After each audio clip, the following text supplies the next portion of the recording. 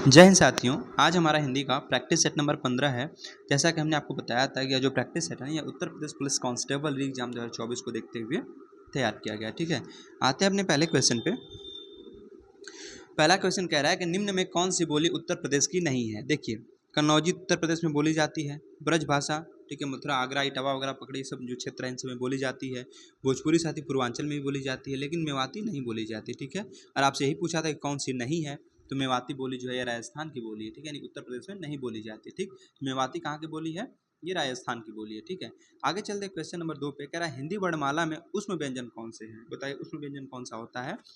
तो जो ये वाला होता है ना, बड़ा सा, फिर षष्ठकोण सा, फिर छोटा सा और ह, यानी स स स ह, ये हमारे क्या, ये उष्म व्यंजन है। ठीक है, ऑप्शन नंबर बी बिल्कुल ऑप्शन नंबर ए बिल्कुल सही जवाब होगा। ठीक, क्वेश्चन नंबर 3 की बात करते हैं तो कह रहा है व्यवहारिक रूप से आपकी बात ठीक हो सकती है।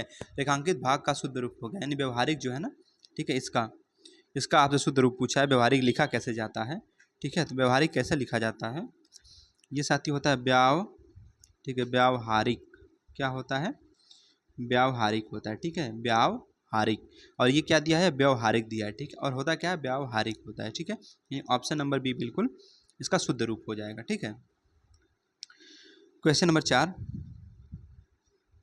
देखिए, तत्सम और तद्भव शब्द दिए हैं, पूछा कौन सा इसमें जोड़ा जो है युग्म क्या है, कौन सा सही है। ठीक है, ये खरपट खोपड़ी होता है, सक्तु का सत्य होता है, पर्यक का यानी पर्यंक का पलंग होता है, या घोटक का घड़ा होता है।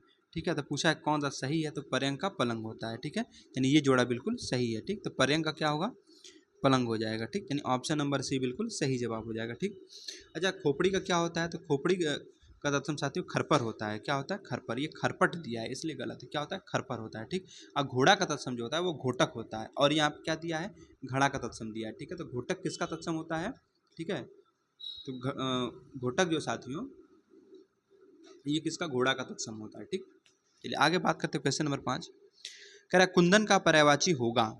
ठीक है, मतलब एक है, तीन तो नहीं है, तो कौन सा है जो कुंदन का पर्यायवाची, बताइए हेम, दुश्मन, मतंग या स्वजन। तो कौन सा है, तो जो हेम है ना, ये कुंजन का क्या है, अरे कुंदन का पर्यायवाची है। ठीक है, ऑप्शन नंबर ए बिल्कुल सही जवाब होगा। ठीक है, अच्छा पूछ दे आपसे कुंदन के और कौन कौन से पर्यायवाची शब्द होते हैं, तो देखिए एक होता है आपका स्वर्ण यानी सोना, ठीक, स्वर्ण, कंचन, कंचन, कनक, है ना, फिर है तपनीय, तपनीय, ये सब किसके पर्यायवाची, ये सब आपके साथी कुंदन के पर्यायवाची हैं। ठीक है, यानी हेम के पर्यायवाची। ठीक, आगे चलते क्वेश्चन नंबर 6 पे।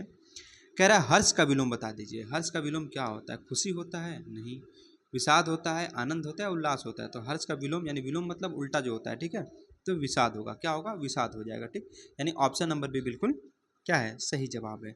आगे चलते क्वेश्चन नंबर 7 पे। कह रहा अंक, ठीक है, अंक का अनेकार्थी शब्द क्या होगा, मतलब एक शब्द एक हो उसके अर्थ अनेक हो, मतलब कई अर्थ हो एक शब्द के। ठीक है, उसे हम अनेकार्थी शब्द कहते हैं ना, तो अंक बताइए, अंक का अनेकार्थी शब्द क्या होगा। ठीक है, बताइए निराधार, शून्य, निचला, ओष्ठ, या फिर नष्ट न होने वाला, या आ, या धन, ऐश्वर्य, प्रयोजन, कारण, या संख्या के अंक, नाटक के अंक, गोद और अध्याय। ठीक है, ऑप्शन नंबर हमारा डी बिल्कुल सही जवाब होगा। ठीक है, अंक मीन्स क्या होता है, गोद भी होता है। ठीक है, और अंक मीन्स साथ ही क्या होता है, संख्या का एक अंक होता है, जैसे 1 2 3 4 क्या एक अंक ही है। ठीक है, और अंक मीन्स क्या, जो नाटक होता है, नाटक के अंक उसको भी कहते हैं, और अंक मीन्स गोद भी होता है और अध्याय भी होता है। ठीक है, तो अनेकार्थी शब्द हो गया ना, एक शब्द के अनेक अर्थ हो गया ना, यहाँ पे ऑप्शन नंबर डी बिल्कुल सही जवाब होगा। ठीक, आगे चलते क्वेश्चन नंबर 8 पे। कह रहा किस विकल्प में शब्द युग्म का अर्थ भेद सही नहीं है। ठीक है, मतलब 3 सही है, एक गलत है, आपको वही गलत वाला बताना है इसमें। ठीक, देखिए अनिल, अनल, अनिल मीन्स क्या, हवा होती है, अनल मीन्स आग होती है, या अवलंब मीन्स अधर होता है, या अविलंब मीन्स विलोकित होता है, अंश मीन्स हिस्सा होता है, अंश मीन्स कंधा होता है, या अपेक्षा मीन्स आशा होती है, उपेक्षा मीन्स निरादर होता है। ठीक, तो आपसे क्या पूछा है कि कौन सा भेद सही नहीं है, मतलब 3 सही है, एक गलत है। ठीक, और गलत वाला ही आपसे पूछा है। ठीक है, तो देखिए अगर हम बात करें, अनिल हवा होती है बिल्कुल, और अनल मीन्स आग होता है, बिल्कुल सही है। ठीक है, अंश मीन्स जो बड़ा वाला सा है इसके मीन्स हिस्सा होता है, और जो छोटा वाला सा होता है अंश में उसके मीन्स कंधा होता है, अपेक्षा मीन्स आशा होती है, और उपेक्षा मीन्स निरादर। ये सब तो सही है, लेकिन साथियों जो ये यहाँ पे दिया आपका है कि अवलंब और अविलंब, यानी कि आपको दिया है कि अधर और विलोक्ति, यही हमारा क्या है, गलत है, और आपसे गलत पूछा, यानी ऑप्शन नंबर बी बिल्कुल सही जवाब हो जाएगा। ठीक है, अच्छा पूछ दे अगर अवलंब मीन्स क्या होता है, ये तो मान लीजिए गलत गलत दे दिया यहाँ पे, तो अवलंब मीन्स क्या होता है, अवलंब मीन्स सहारा होता है, ठीक है, क्या होता है, सहारा, ठीक।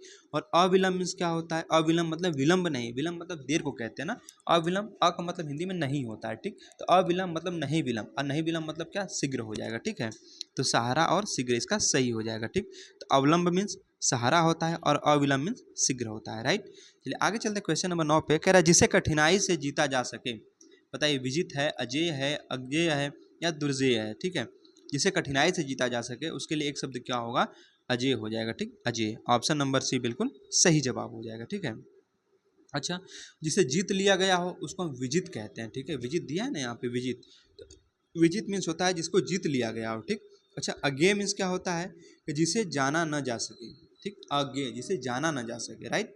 चलिए आगे चलते हैं क्वेश्चन नंबर 10 पे, कह रहा प्रत्याशा शब्द में उपसर्ग है। अब देखिए उपसर्ग और प्रत्यय हम पढ़ाए तो आपको बताए थे कि उपसर्ग और प्रत्यय वो शब्दांश होते हैं, ठीक है, क्या होते हैं, शब्दांश होते हैं, मतलब क्या है, शब्द के अंश यानी शब्द के हिस्सा होते हैं, ठीक। और उपसर्ग जो होता है साथियों ने मूल शब्द के आगे जुड़ता है, आदि में जुड़ता है, ठीक। और जो प्रत्यय होता है वो मूल शब्द के अंत में जुड़ता है, राइट, यानी पीछे जुड़ता है, ठीक है। तो प्रत्याशा शब्द में उपसर्ग तो बताइए क्या है, प्रति है, प्रत्यय है, प्र है या अ है। तो साथियों प्रत्याशा में क्या आपका है, यहाँ पे प्रति उपसर्ग है, ठीक है, प्रति उपसर्ग, यानी ऑप्शन नंबर सी बिल्कुल सही जवाब हो जाएगा, राइट। चलिए आगे चलते हैं क्वेश्चन नंबर 11 पे, पूछा है कवि का स्त्रीलिंग इनमें से क्या है, बताइए कवियाइन है, कवित्री है, कवयित्री है या कव्यानी है, ठीक है। तो कवियाइन या कव्यानी तो नहीं होता है, होता है कवियत्री। अब बताइए कवियत्री सही है या कवियत्री सही है, ठीक है, क्योंकि ये मतलब शुद्ध वर्तनी में बहुत ज़्यादा पूछा जाने वाला शब्द है, ठीक है। तो होता क्या है, कवियत्री होता है, क्या होता है, कवयित्री, ठीक, कवियत्री ये बिल्कुल शुद्ध रूप है, ठीक है। और यहाँ पे क्या दिया कवियत्री, तो ये गलत हो गया, ठीक, यानी ऑप्शन नंबर डी बिल्कुल सही जवाब होगा, ठीक है। तो कवि का स्त्रीलिंग क्या होता है, कवित्री होता है। अच्छा सम्राट का पूछ दे तो सम्राट का सम्राज्ञी होता है, क्या होता है, सम्राज्ञी होता है, ठीक है। चलिए आगे चलें क्वेश्चन नंबर 12 पे, कह रहा लड़का दौड़ता है, इस वाक्य में लड़का किस संज्ञा का उदाहरण है, ठीक है, लड़का दौड़ता है, जो पूछा है ना, जो वाक्य है इसमें लड़का जो शब्द है, ठीक है, किस संज्ञा का उदाहरण है, बताइए भाववाचक है, समूहवाचक है, व्यक्तिवाचक है या जातिवाचक है। तो कहीं ना कहीं लड़का है साथियों जाति का बोध करा रहा है, तो हमारे यहाँ जातिवाचक हो जाता है। लेकिन यही अगर कह दे कि महेश दौड़ रहा है या महेश दौड़ता है, तो बताइए महेश में कौन सी संज्ञा होगी, तो महेश में साथियों हमारी व्यक्तिवाचक संज्ञा हो जाती है, कौन सी, व्यक्तिवाचक संज्ञा होती है, ठीक है। अच्छा जातिवाचक संज्ञा क्या होती है, ये बहुवचन इसका बन सकता है, ठीक है, या ये कहें बहुवचन में होती है ये, ठीक है। जातिवाचक संज्ञा क्या होती है, बहुवचन में होती है, ठीक है। और व्यक्तिवाचक संज्ञा एक वचन होती है। आगे चलते क्वेश्चन नंबर 13, कह रहा सच्चरित्रता किस मूल शब्द से बना है, सच्चरित्रता बताइए किस मूल शब्द से बना है, सच्चरित्र से बना है, चरित्र से, या सच्चरित्र से बना है या चरित्रता से बना है। किससे बना है, तो चरित्र से बना है, ठीक है, किससे, चरित्र से। तो चरित्र से क्या बना है, सच्चरित्रता बना है, ठीक है। चलिए आगे चलते हैं क्वेश्चन नंबर 14, कह रहा इनमें से पुल्लिंग शब्द कौन सा है। अब देखिए बात आ गई यहाँ पे लिंग की। देखिए लिंग हमने आपको पढ़ाए थे, बताए थे, एक स्त्रीलिंग एक पुल्लिंग, हिंदी में दो लिंग होते हैं, ठीक, एक स्त्रीलिंग होता है एक पुल्लिंग होता है। अच्छा पहचान कैसे करते हैं, आप शब्द के आगे, ठीक है, अच्छा अच्छी लगा के देख लीजिए, अगर अच्छा लग गया वहाँ पे तो पुल्लिंग हो गया, और अच्छी लग गया तो स्त्रीलिंग हो गया, ठीक है। पूछा इनमें से कौन सा शब्द पुल्लिंग है, दया अच्छी है, ठीक है, दया कैसी है, अच्छी है, तो दया क्या है यहाँ पे, दया तो हमारी स्त्रीलिंग हो गई, ठीक। अच्छा निर्धनता, निर्धनता क्या है, निर्धनता अच्छी है, ये थोड़ी ना, निर्धनता अच्छा है, निर्धनता कैसी है, अच्छी है, यानी ये भी स्त्रीलिंग हो गई, ठीक। बुढ़ापा साथी, बुढ़ापा क्या कहते हैं, बुढ़ापा अच्छा है, बुढ़ापा अच्छा है, ये नहीं कहते बुढ़ापा अच्छी है, ठीक है। तो बुढ़ापा क्या हुआ, बुढ़ापा यहाँ पे हमारा स्त्रीलिंग हुआ, पुल्लिंग हो गया, ठीक है, और पुल्लिंग ही आपसे पूछा था। तो बुढ़ापा कैसा है, अच्छा है, ठीक, तो बुढ़ापा पुल्लिंग है। लेकिन दुर्घटना, दुर्घटना हुई, ठीक है, दुर्घटना हुई, तो ये क्या है हमारी, ये भी स्त्रीलिंग हो गई, ठीक। तो बाकी तीनों क्या है, स्त्रीलिंग है, बाकी बुढ़ापा क्या है, पुल्लिंग शब्द है, ठीक है। चलिए क्वेश्चन नंबर 15, कह रहा आज मैं अपने मित्र के आने की खाली स्थान कर रहा हूँ, क्या अभिलाषा कर रहा हूँ, इच्छा कर रहा हूँ, कामना कर रहा हूँ या प्रतीक्षा कर रहा हूँ। बहुत ही सिंपल है, ये प्रतीक्षा ही तो करेगा ना। तो ये कह रहा है आज मैं अपने मित्र के आने की क्या कर रहा हूँ, प्रतीक्षा कर रहा हूँ, ठीक है, ये ऑप्शन नंबर सी बिल्कुल सही जवाब होगा, ठीक। आगे चलते क्वेश्चन नंबर 16 पे, कह रहा है क्वेश्चन नंबर 16 कह रहा है कि जो सो के प्रयोग से संबंधित सर्वनाम को पहचाने, ठीक है, बताइए जो सो जो है किस सर्वनाम में प्रयोग होता है। सबसे पहली बात हम बात करें सर्वनाम की, सर्वनाम होते क्या हैं, तो हमने बताया जो संज्ञा की, जो संज्ञा के स्थान में प्रयोग किया जाता है उसको हम सर्वनाम कहते हैं, ठीक। जो शब्द संज्ञा के स्थान में प्रयोग किए जाते हैं, ठीक है, वो क्या कहलाते हैं, वो सर्वनाम कहलाते हैं। सर्वनाम मतलब सब, सर्व मतलब सब, सबका, और नाम मतलब नाम, ठीक है, सबका नाम, ठीक। चलिए अगर हम बात करें सर्वनाम की, तो देखिए सर्वनाम के साथ हमने भेद बताए थे आपको। सर्वनाम के कितने भेद होते हैं? 6 भेद होते हैं। अच्छा, संख्या हमने कितनी बताई थी? बहुत बार पूछा गया है। सर्वनाम की संख्या 11 होती है। कितनी होती है? 11 होती है। ठीक। उसी में से पूछा है कि जो सो के प्रयोग से संबंधित सर्वनाम को पहचाने। क्या प्रश्नवाचक है? प्रश्नवाचक में क्या कौन आ जाता है? पुरुषवाचक है। ठीक। पुरुषवाचक 3 प्रकार का आपका होता है। ठीक है। क्या निजवाचक है? निज में क्या, जैसे वो आप ही चला जाएगा। ठीक। जो मतलब जो काम स्वयं करते हैं, ठीक है, वो निजवाचक सर्वनाम में आता है। या संबंधवाचक है, तो जैसी करनी वैसी बननी, जो बोओगे सो काटोगे, है ना। तो कैसा है? संबंधवाचक। यानी ऑप्शन नंबर डी बिल्कुल सही जवाब हो जाएगा। ठीक है। अगर हम बात करें आगे, क्वेश्चन नंबर 17 कह रहा है क्रिया कैसा शब्द है। अब बताइए क्रिया क्या है? विकारी है, अविकारी है, या विशेषण? सीधी सी बात है, पहली बात क्रिया तो विशेषण होगी नहीं। ठीक। अच्छा, इनमें से कोई नहीं, कोई ऑप्शन ही नहीं, मतलब भाई ऑप्शन गलत दिया यहाँ पे। तो मतलब क्या, अविकारी शब्द या विकारी शब्द है? अब सबसे पहले हम बात करते हैं विकारी क्या होते हैं, अविकारी शब्द क्या होते हैं। हाँ, सबसे पहले हम बात करते हैं विकारी शब्द की। देखिए विकारी शब्द क्या होते हैं? विकारी वे शब्द होते हैं जिनमें लिंग, वचन, काल और कारक की दृष्टि से परिवर्तन हो जाता है, वो विकारी होते हैं। और अविकारी क्या होते हैं? जिनमें लिंग, वचन, काल और कारक की दृष्टि से क्या होता है? परिवर्तन नहीं होता है, वे अविकारी शब्द होते हैं। अब बताइए क्रिया क्या है? इनमें लिंग, वचन, काल, कारक की दृष्टि से परिवर्तन हो सकता है कि नहीं हो सकता है? ठीक है। तो क्रिया हमारी क्या है साथियों? क्रिया हमारी विकारी शब्द है। ठीक है। इसमें लिंग, वचन, काल और कारक की दृष्टि से क्या होगा? परिवर्तन हो जाएगा। ठीक है।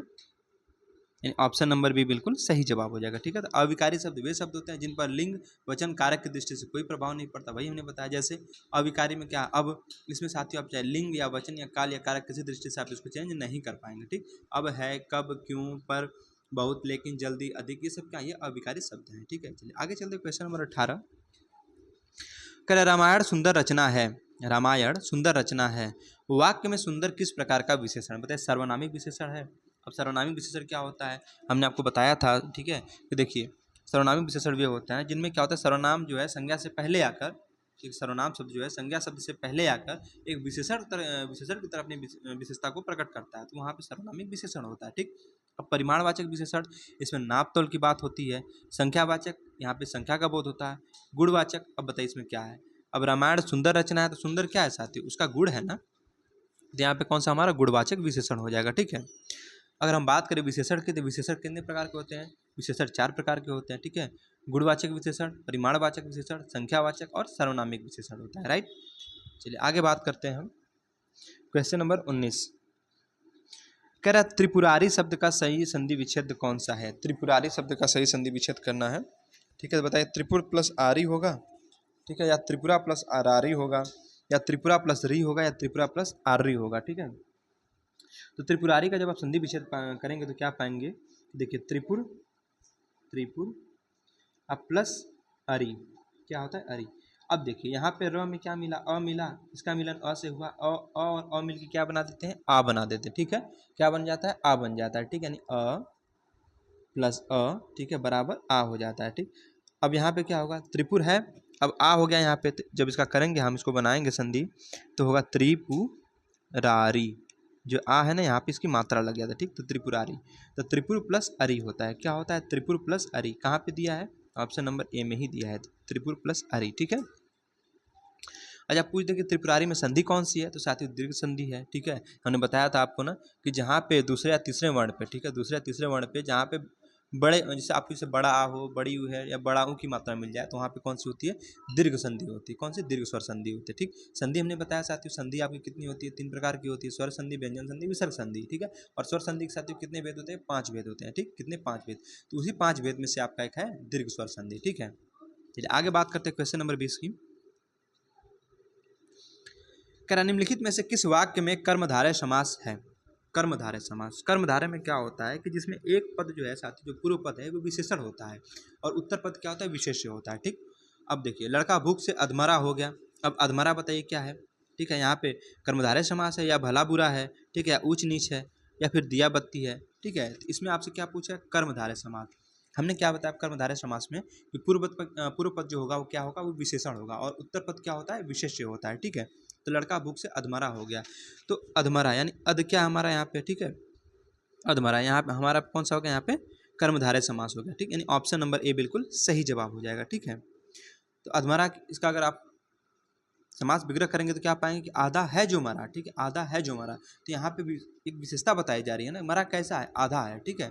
तो कौन सा हमारा यहाँ पे हो गया, कर्मधारय समास हो गया। ठीक, अच्छा भला बुरा में समास पूछे आपसे तो द्वंद्व समास है, क्योंकि यहाँ पे दोनों शब्द की अपनी अलग अलग प्रधानता है। ठीक है, तो भला और बुरा दोनों की प्रधानता है, तो यहाँ पे द्वंद्व समास हो गया। ठीक है, जहाँ पे उत्तर और प्रधान दोनों पद क्या होते हैं, ठीक है, प्रधान होते हैं, वहाँ पे द्वंद्व समास होता है। ठीक, और ऊंचा नीचा, ऊंचा और नीचा, ठीक है, ये भी द्वंद्व समास है। दिया बत्ती, दिया और बत्ती, ये भी द्वंद्व समास आपका है। ठीक है, तीन सब में क्या है, द्वंद्व समास है। बाकी अधमरा कैसे आपका कर्मधारय समास है। राइट, क्वेश्चन नंबर 21 कह रहा इस वर्ष, ठीक है, इस वर्ष मेरा बैल भी मर गया और चोरी भी हो गई, इसी को कहते हैं खाली स्थान। रिक्त स्थान के सबसे उपयुक्त मुहावरा कौन सा है? दाल में कुछ काला होना, कंगाली में आटा गीला, काला अक्षर भैंस बराबर, या एक पंथ दो काल। ठीक है, क्या होगा, कंगाली में आटा गीला, है ना, कंगाली में आटा गीला, यानी ऑप्शन नंबर बी। तो क्या कहा था कि इस वर्ष मेरा बैल भी मर गया और चोरी भी हो गई। भाई एक तो कंगाली हो गई, वैसे ही उसमें भी आटा गीला हो गया। ठीक, एक तो इस वर्ष क्या हुआ, मेरा बैल मरा और उसी वर्ष मेरे घर में चोरी भी हो गई, यानी कंगाली में आटा गीला हो गया। ठीक है, अच्छा अगर कहते दाल में काला होना तो इसका मुहावरा क्या होगा? ठीक है, किसी बात पर शक होना, है ना। एक पंथ दो काज, यानी एक कार्य करते समय दूसरा कार्य भी हो जाना। ठीक, तो एक पंथ दो काज होता है। अच्छा काला अक्षर भैंस बराबर, ठीक है, मतलब काला अक्षर भैंस बराबर मतलब क्या है, पढ़ा लिखा ना होना। ठीक है, पढ़ा लिखा ना होना। क्वेश्चन नंबर 22 कह रहा है कि आनंद घर आया, थोड़ी देर रुका और चला गया, इस वाक्य में उचित विराम बता दीजिए कौन सा होगा? तो ऑप्शन नंबर ए बिल्कुल सही जवाब होगा। ठीक है, चलिए आगे चलते, अल्प विराम हो जाएगा ना। क्वेश्चन नंबर 23 कह रहा है कि जो सेवा करे सो मेवा पावे, जो सेवा करे सो मेवा पावे, यह किस प्रकार का वाक्य है? बताइए, निषेधवाचक, निषेधवाचक में क्या होता है? कहीं ना कहीं आपको एक नहीं देखने को मिलता है वाक्य में, तो ये होगा नहीं। विधानवाचक है, ये भी नहीं है। प्रश्नवाचक है, नहीं है। क्या है साथियों? संकेतवाचक है। क्या है? संकेतवाचक, यानी ऑप्शन नंबर डी बिल्कुल राइट आंसर है। ठीक है, क्वेश्चन नंबर 24 कह रहा है मैं सत्य कहता हूँ सखे, मैं सत्य कहता हूँ सखे, सुकुमार मत जानो मुझे, यमराज से भी युद्ध में प्रस्तुत सदा मानो मुझे, इस पंक्ति में कौन सा रस निहित है? श्रृंगार रस है, शांत है, वीर रस है, वात्सल्य रस है? तो कौन सा रस है साथियों इसमें? इसमें आपका वीर रस है। ठीक है, कौन सा है? देखिए अगर आप सेंटेंस को पढ़ेंगे तो कहीं ना कहीं आपको वीरता की भावना यहाँ पे प्रदर्शित हो रही है कि मैं सत्य कहता हूँ सखे, सुकुमार मत जानो मुझे, यमराज से भी युद्ध में प्रस्तुत सदा मानो मुझे। तो कहीं ना कहीं एक वीरता की भावना यहाँ पे प्रस्तुत हो रही है। तो यहाँ पे हमारा कौन सा है? वीर रस है। कौन सा है? वीर रस है। ठीक है, अगर हम बात करें वीर रस, इसका स्थायी भाव क्या होता है? उत्साह होता है, जो कि एग्जाम में बहुत ज़्यादा पूछा जाता है। ठीक है, तो वीर रस का स्थायी भाव क्या होता है? उत्साह होता है। ठीक, क्वेश्चन नंबर 25 की बात करते हैं। कह रहा है केवल मात्रिक छंद, केवल मात्रिक छंद किस विकल्प में है? छाटिए, मंदाक्रांता, सवैया चौपाई, या चौपाई दोहा रोला, या सोरठा इंद्रवज्जा मंत्रकांता, या दोहा द्रुत विलंबित, या सवैया? किसमें साथियों है आपका मात्रिक छंद? तो ठीक है, तो किसमें है साथियों? ये आपका चौपाई दोहा और रोला में होता है। ठीक है, चौपाई दोहा रोला, यानी ऑप्शन नंबर बी बिल्कुल सही जवाब हो जाएगा। ठीक है, ऑप्शन नंबर बी। अगर हम बात करें कि देखिए चौपाई दोहा रोला तो हो गया। देखिए जिन छंदों में मात्राओं की संख्या के आधार पर छंद की पहचान होती है, मतलब इसमें क्या होता है? मात्राओं की गिनती करते हैं। ठीक, ऐसी बात है कि जो मात्रिक छंद होते हैं ना, इसमें मात्राओं की गिनती करते हैं। चौपाई दोहा रोला ये कैसे हमारे साथ? ये मात्रिक छंद है। कैसे है? मात्रिक छंद है। ठीक है, आगे चलें, क्वेश्चन नंबर 26 कह रहा है ज्यो ज्यो बूढ़े श्याम रंग, ज्यो ज्यो बूढ़े श्याम रंग, त्यों त्यों उज्ज्वल होए, इस पंक्ति में कौन सा अलंकार है? ठीक है, तो कौन सा अलंकार है? तो विरोधाभास अलंकार है। ठीक है, विरोध की भावना उत्पन्न हो रही है ना यहाँ पे। ठीक है, तो यहाँ विरोध का आभास होने के कारण विरोधाभास अलंकार को वही आपसे बताए थे, है ना।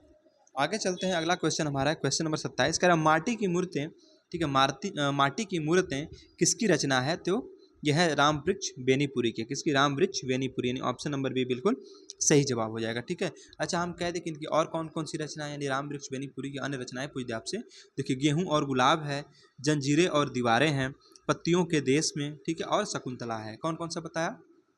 गेहूं और गुलाब, जंजीरें और दीवारें, पत्तियों के देश में, और शकुंतला। ये सब किसकी? राम वृक्ष बेनीपुरी की है। ठीक, क्वेश्चन नंबर 28 की बात करें, कह रहा है मेरी भव बाधा हरो, मेरी भव बाधा हरो, राधा नगरी सोए न जान, सोए जान जात तन की, साई परे श्याम हरित दुय होए। ठीक है, श्याम हरित दुत होए। ठीक है, अब पूछा इस पंक्ति के रचनाकार कौन है? इस पंक्ति के रचनाकार साथियों कौन है? बिहारी लाल है। कौन? बिहारी लाल, ऑप्शन नंबर ए बिल्कुल सही जवाब हो जाएगा। ठीक, आगे चलते क्वेश्चन नंबर 29 कह रहा है हिंदी का पहला उपन्यास किसे जाना जाता है? हिंदी का पहला उपन्यास बता दीजिए कौन सा है? तो है परीक्षा गुरु। ठीक, कौन सा? परीक्षा गुरु, यानी ऑप्शन नंबर बी बिल्कुल सही जवाब होगा। ठीक है, क्वेश्चन नंबर 30 कह रहा है मेरे राम का मुकुट भीग रहा है, किसकी रचना है? तो साथियों विद्यानिवास मिश्र की है। किसकी? विद्यानिवास मिश्र की है। ठीक है। अच्छा, इनकी और अगर पूछ ले आपसे विद्यानिवास मिश्र के अन्य निबंध या संग्रह कौन कौन से हैं, देखिए तुम चंदन हम पानी, आंगन का पंछी और बंजारा मन, ये किसकी है? ये विद्यानिवास मिश्र की है। ठीक है। चलिए आगे चलते, क्वेश्चन नंबर 31 कह रहा कर्म कारक का चिन्ह बता दीजिए। ठीक है। पहली बात, कारक का अन्य नाम क्या है? कारक का अन्य नाम परसर्ग है। ठीक है। और आपसे वही पूछा है, तो कह रहा है कर्म कारक का चिन्ह बता दीजिए। तो कर्म क्या होता है साथियों? कर्ता ने कर्म को होता है ना, कर्म को, यानी ऑप्शन नंबर सी बिल्कुल सही जवाब होगा। ठीक है, ऑप्शन नंबर सी। चलिए आगे चलते, क्वेश्चन नंबर 32 कह रहा है निम्न में भूतकाल का उदाहरण है। भूतकाल मतलब बीते समय की बात पूछ रहा है आपसे। मैं जाता हूँ, ता है, ती है, ते है, सा है, वर्तमान काल की बात हो गई यहाँ पे। ठीक। राम घर गया था, वह आ रहा है। ठीक, अपूर्ण वर्तमान काल हो जाएगा। कौन? राम आ रहा है। ठीक है। वह पुस्तक पढ़ेगा। ठीक, तो इसमें क्या पूछा आपसे कि निम्न भूतकाल का उदाहरण कौन सा है? तो भूतकाल का उदाहरण साथियों कि राम घर गया था, राम घर गया था। ठीक, यानी ऑप्शन नंबर बी बिल्कुल सही जवाब है। ठीक है। आइए अब गद्यांश को पढ़ के आंसर देंगे। देखिए गद्यांश क्या कह रहा है। कह रहा है स्वतंत्रता संग्राम, ठीक है, स्वतंत्रता संग्राम मनुष्य में उत्तम और स्पृहणीय विशेषताएं पैदा करता है और भारतीय स्वतंत्रता संग्राम भी इसका अपवाद नहीं है। महात्मा गांधी के नेतृत्व में यह युद्ध बिना किसी ईर्ष्या, द्वेष तथा खून खराबे के लड़ा गया था। गांधी जी ने इसे सत्याग्रह कहते थे। ठीक है, गांधी जी इसे क्या कहते थे? सत्याग्रह कहते थे। इसके पीछे उनकी शिक्षा, धार्मिक आस्था तथा अन्य उपलब्धियों का उतना हाथ नहीं था जितना उनके सदाचरण और व्यवहार का। ठीक, इस स्वतंत्र आंदोलन को स्मरण रखने का मुख्य कारण यह है कि यह जनतांत्रिक था, अर्थात इसमें देश के हर वर्ग और जाति के लोग सम्मिलित थे, चाहे वे धनी हो या गरीब हो, नर हो या नारी हो, अथवा विभिन्न संप्रदायों के हों। ठीक, इसके साथ ही वह एक धर्मनिरपेक्ष और स्वतंत्रता कर्मियों का संघर्षशील राष्ट्रीय आंदोलन था। स्वतंत्र भारत के नागरिक के रूप में हम आज जनतांत्रिक और धर्मनिरपेक्ष का लाभ उठा रहे हैं। हम आगे कह रहा है, हम सोच नहीं सकते कि इतने बड़े देश में अपना शासन करने के लिए हम अपना प्रतिनिधि नहीं चुन सकते थे, या कोई गंदा कानून लागू कर दिया जाता तो हम उसके विरुद्ध आवाज़ नहीं उठा सकते थे, और हम अपनी राय स्वतंत्रतापूर्वक व्यक्त नहीं कर सकते थे। ठीक है। इसमें पूछा क्वेश्चन नंबर 33 कह रहा है उपर्युक्त गद्यांश में प्रयुक्त स्पृहणीय शब्द का अर्थ क्या है? ठीक है, क्या है? मतलब स्पृहणीय मतलब प्राप्त करने योग्य होता है। क्या होता है? प्राप्त करने योग्य। ठीक है, यानी ऑप्शन नंबर ए बिल्कुल सही जवाब हो जाएगा। ठीक, स्पृहणीय मतलब प्राप्त करने योग्य। ठीक, क्वेश्चन नंबर 34 कह रहा उपर्युक्त गद्यांश में लेखक ने मुख्य रूप से बताया है कि, अब क्या बताया है? ठीक है, तो महात्मा गांधी के नेतृत्व में राष्ट्रीय आंदोलन कैसा था? ठीक है, ऑप्शन नंबर डी बिल्कुल सही जवाब होगा। ठीक है।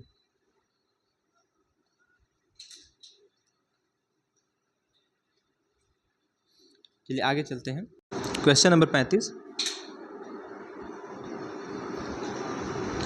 उपर्युक्त गद्यांश के लेखक का उद्देश्य क्या था? इसका उद्देश्य क्या था? इसका था भारतीय स्वतंत्रता संग्राम की विशेषताएं बताना, यानी ऑप्शन नंबर बी बिल्कुल सही जवाब होगा। ठीक है, यानी भारतीय स्वतंत्रता संग्राम की क्या करना? विशेषताएं को बताना। क्वेश्चन नंबर 36 की बात करते हैं। कह रहा धर्मनिरपेक्षता से अभिप्राय है, बताइए क्या अभिप्राय है? तो सभी धर्मों का आदर। धर्मनिरपेक्षता मतलब सभी धर्मों का आदर। ठीक है, यानी ऑप्शन नंबर ए बिल्कुल सही जवाब होगा। ठीक, क्वेश्चन नंबर 37 कह रहा है कैसे माना जाए कि हमारा स्वतंत्रता संग्राम जनतांत्रिक था? कैसे माना जाए? तो इसमें सभी जातियों, वर्गों तथा धर्मों के लोगों ने भाग लिया था, इसलिए हम इसको क्या कहेंगे? ये जनतांत्रिक था। राइट, अब हमारे हिंदी क्वेश्चन पूरे हो गए।